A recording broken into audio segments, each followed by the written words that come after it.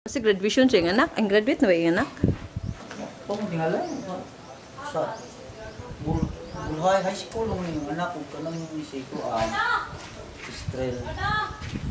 Na siya yung babae? Isa nga? Estrel si Malen. Pero Malen mo yung magwangan na sa Pero dami nga na Estrel. Estrel na siya. Estrelita man ko. Pareha jud may nga. Hindi na, Estrelita ko to. Paabot kami sa siminto ma'am kay musahan kanina ng layout ng hagdan. Basig pa si Elmer kay pauna lagi tug bakbak to dito para makumpleto ng rooms.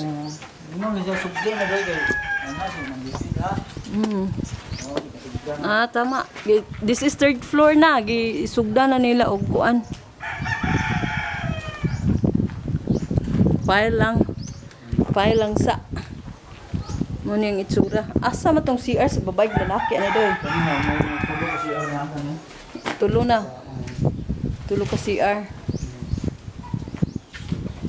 Unya, ang temporary laundry kani. Oo. Muni lang.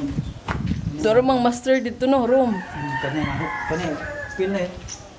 O kani kay po temporary pa man punig laundry niya o lutuanan lagi. Kay di pa man ipa-finish yun. Oh, dadaghang borders din he sa imong room. Oh, mga border. Nag-abang.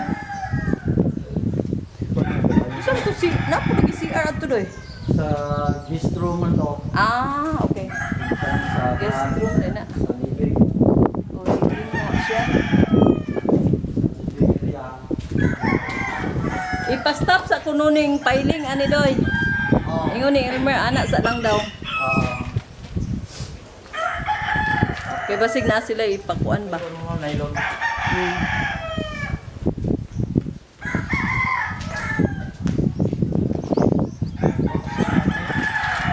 Do ka CR ni sa guest room no.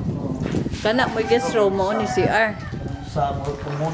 Common. Sa Diya ka rin mo ning CR padung sa taas. Gikan sa taas. Mo ni ang CR sa mga guest. Di ba guot doy gihapon?